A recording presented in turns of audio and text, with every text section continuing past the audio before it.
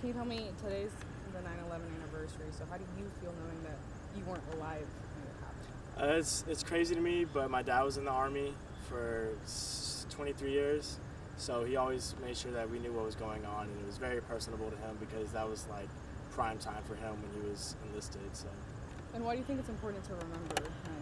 I think it just changed the course of the world. I think it changed a lot of things within the country. I think it changed thousands and thousands of lives. So I think it's just important that we make sure to remember that and never let that go.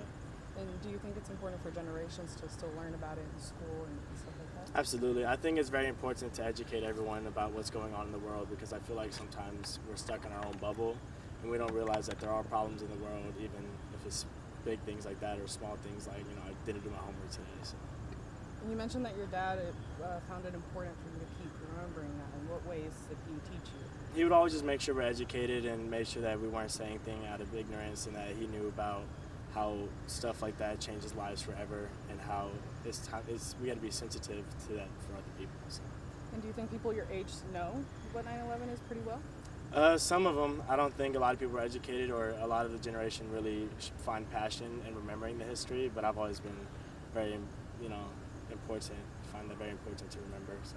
Okay, wonderful. Do you have anything else you want to add or anything else that I might have missed? No, thank you. Okay, thank you. Awesome.